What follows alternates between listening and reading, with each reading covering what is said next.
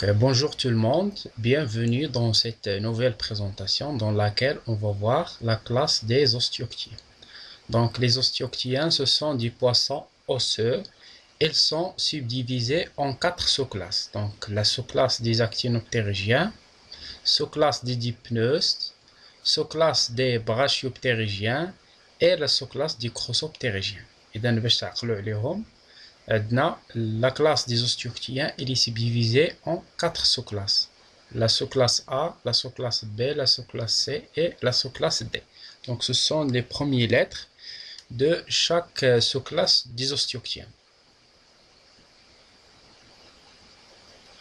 Mais tout d'abord, on va voir la morphologie générale du poisson ostéoctien. Donc il est constitué généralement d'un ligné qui est latéral, l'opercule qui existe au-dessus des branchies. Le barbillon, il est parfois absent chez certains ordres. Les nageoires pluviennes, donc ils sont caractérisés par une position thoracique. Nageoire pectorale, nageoire anale, nageoire caudale. Donc on va voir par la suite les formes des nageoires caudales qui sont utilisées pour la classification. La nageoire adipeux et une partie de nageoire dorsale qui est segmentée et l'autre partie qui est épineux ou bien fourchée. Donc c'est une nageoire dorsale qui est continue. Donc ce nageoire dorsale à son tour, selon leur morphologie, il est utilisé pour la classification des poissons. Donc j'ai déjà dit que la nageoire caudale, elle est caractérisée par plusieurs formes. Donc on va voir les formes de cette nageoire dorsale. Donc on voit ici la forme arrondie, la forme lanceolée, la forme tronquée, la forme hétérocerque, donc par exemple chez les requins, la forme échancrée, la forme fourchue, par exemple la sardine, et la forme en croissant. Donc chez les actinoptérygiens, il existe plusieurs milliers de genres. Donc ils sont classifiés en fonction des caractéristiques de l'exosquelette. Donc l'exosquelette, ce sont les écailles. Donc il s'agit d'un revêtement d'écailles osseux dermiques qui sont soit juxtaposées ou bien imbriquées sur tout le corps. Donc par exemple ici, donc c'est la morphologie des écailles qui sont cosmoïdes chez les ostéoctiens primitifs, ou bien des écailles qui sont granoïdes lorsqu'on parle des poissons dans des stades intermédiaires de l'évolution. Donc, et les écailles granoïdes, ce sont des écailles des télostiens. Donc, ce sont des poissons les plus évolués. Donc, les branchies se sont recouverts par un opercule qui est bien développé et osseux. Donc, comme vous voyez ici, donc c'est l'endosquelette d'un poisson qui est osseux.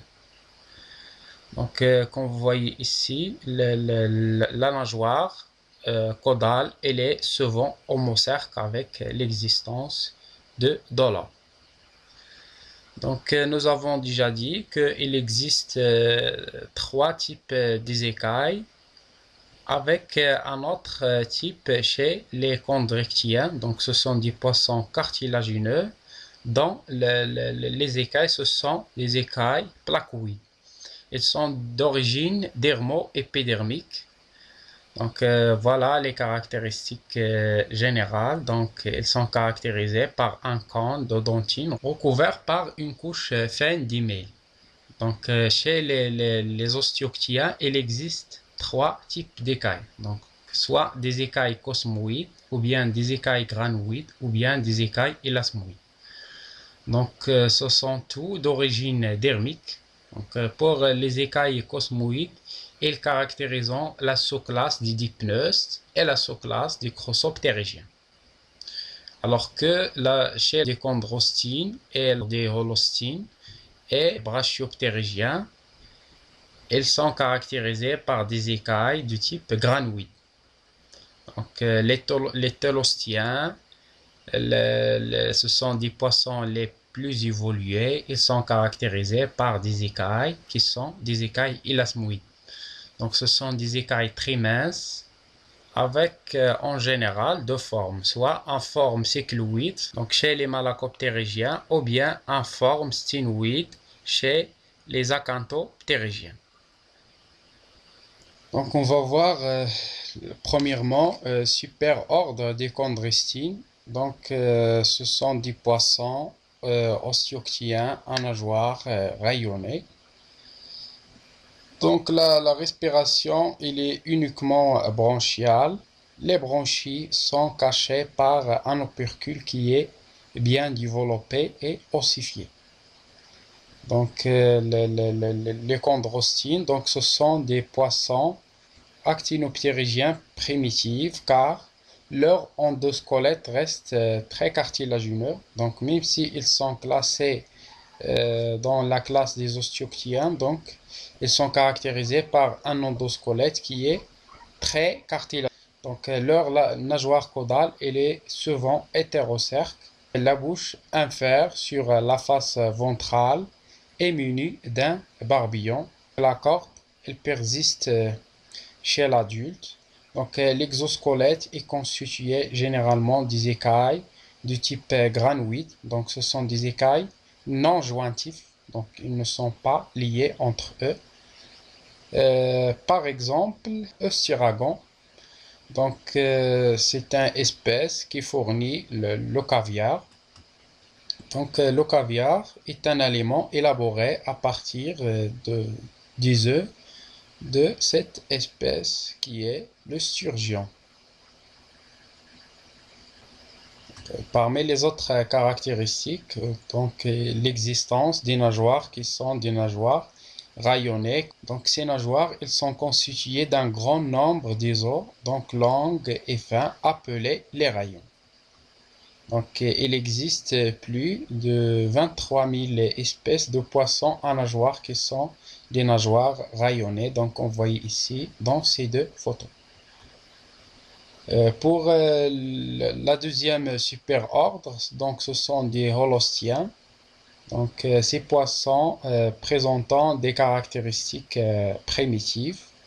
Donc un nageoire dorsale qui est souvent hétérocerque. Donc les écailles, ce sont des écailles du type granoïde. Donc avec un corps allongé, avec des nageoires dorsales et anal reculé et opposé. Donc en plus de ça, donc la tête se prolonge par un rostre. Il s'agit d'un bec qui est denté et les écailles ce sont le plus souvent de type granouille. Pour la superordre des téliostiens, donc représente un endosquelette entièrement ossifié. Donc on voit ici dans cette figure. Un nageoire caudale qui est homocerque avec l'existence de deux lobes qui sont égaux. Les écailles, le plus souvent, ce sont des écailles élasmoïdes chevauchantes.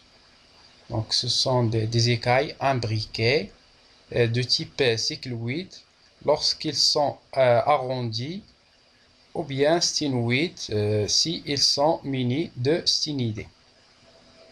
Donc la sous-ordre des tolostiens, donc ils sont classifiés selon plusieurs caractères. Donc parmi ces caractères, donc il y a le nombre, la nature et la forme du nageoire. Donc qu'on voit ici dans cette image qui représente la morphologie de la nageoire dorsale. Donc premièrement, il est soit simple ou bien fourchu. Donc on parle de la structure mou de la nageoire, ou bien dur, épineux, ou bien des nageoires qui sont continues. Donc ce sont des nageoires continues. La partie en arrière, elle est généralement fourchue et la partie en avant, elle est caractérisée par l'existence des rayons qui sont épineux. Ou bien l'autre morphologie de ces nageoires, des nageoires qui sont plus ou moins distinctes ou bien qui sont des nageoires dorsales qui sont bien distinguées entre eux.